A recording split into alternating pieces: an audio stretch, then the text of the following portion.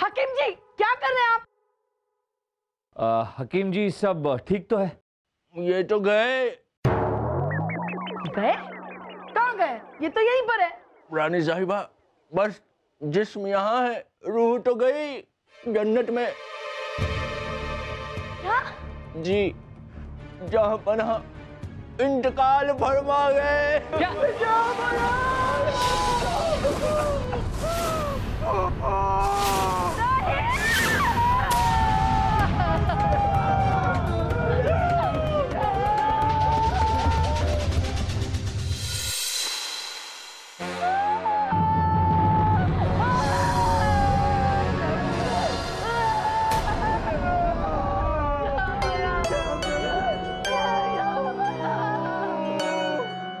सभी मौजूद मुअज़्ज़िज़ साहिबान और मोहतरमाएं जो इस रूह से वाबस्ता थे, यहाँ जनाजे की मिजाज पुरसी के लिए हाजिर हैं। क्योंकि रात बहुत हो चुकी है, इसलिए हमारे ख्याल में इस वक्त बादशाह अकबर की स्पुर्दे राख की रस्म को अदा करना मुनासिब नहीं होगा। इसलिए आज की रात इस मिट्टी को यहीं रखना दानिशमंदी होगी और कल सुबह रस्म और रवायत के साथ इस जिस्म को राखे सुपुर्द कर दिया जाएगा। ये कह रहे हैं कि जहांपना का अंतिम संस्कार कल सुबह होगा। तब तक जनाबे हाजिरीन से दिली दरखास्त है तो इस जन्नत नशीं जिस्म को तन्हा छोड़ दें। जहांपना को अकेला छोड़ दीजिए।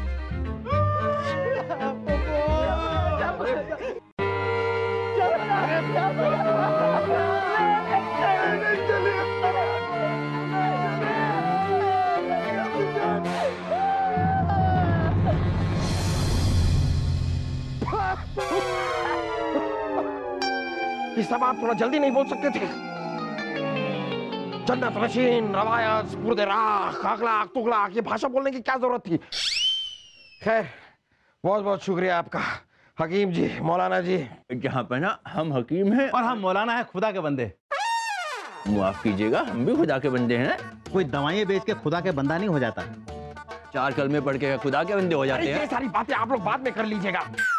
हम कह रहे हैं आप दोनों का बहुत बहुत शुक्रिया कि आप दोनों ने इस नाटक में हमारा साथ दिया। हमारे महल में, खासकर हमारे परिवार में लोग हमारे बारे में क्या सोचते हैं, इसके बारे में जानने का हमारे पास यही एक तरीका था। बहुत सुन ली झूठी तारीफ, अब कुछ सच्चे चेहरों को देखने का वक्त आ गया है।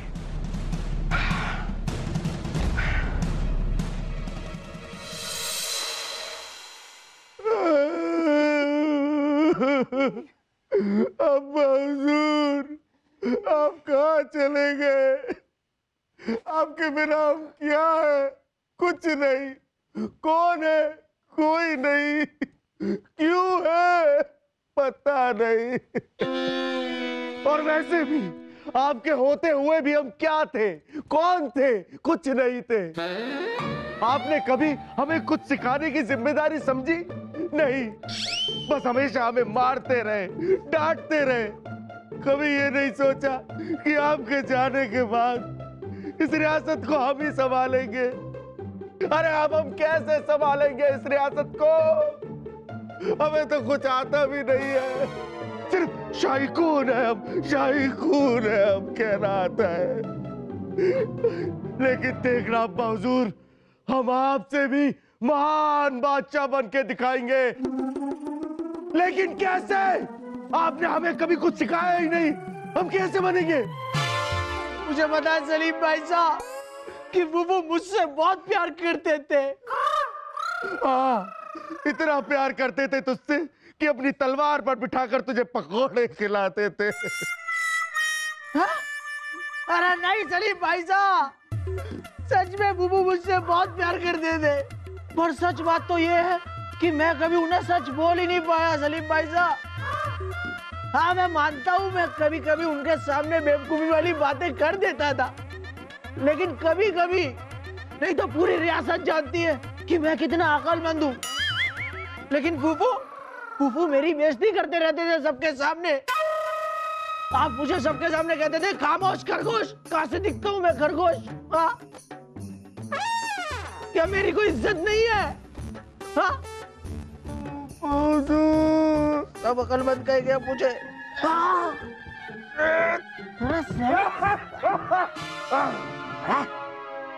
देखा सलीम भाई साहब, देखा फूफू ने हमारी कभी इज्जत नहीं की ना, इसलिए महल के सैनिक भी हमारी इज्जत नहीं करते। अरे अब्बा हुजूर, देख रहे हैं आप हमें क्या से क्या बनाकर चले गए। अब्बा हुजूर,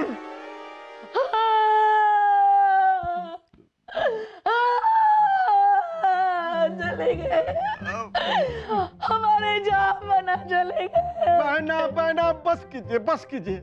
आपके विलाप करने से जहां पना आ तो नहीं जाएंगे। अरे हम सफेद दही तक नहीं खाते, अब पूरी जिंदगी सफेद साड़ी पहनकर घूमना पड़ेगा भाई साहब। अरे नारे, अरे क्या नारे नारे, जिंदगी भर सफेद साड़ी पहननी पड़ेगी। हाँ बहना, लेकिन कहना तो नहीं चाहिए, लेकिन एक बात कहें, जहां पना आपके लिए कुछ छोड़ कर नहीं गए। भाई साहब, हम रानी साहिबा है मुगलिया सल्तनत की। अरे बहना, रानी राजा से होती है, जब राजा ही नहीं रहा तो काहे की रानी। अब बहना, अब ये है कि इस समय ये भी नहीं कहना चाहिए, लेकिन बहना हमारी कभी हिम्मत नहीं हुई जहाँपना से ये कहने की कि समय रहते वसीयत बनवा लीजिए। अरे कोई अक्ल का पैदा लापरवाह गैर जिम्मेदार इंसान ही ऐसा कर सकता है।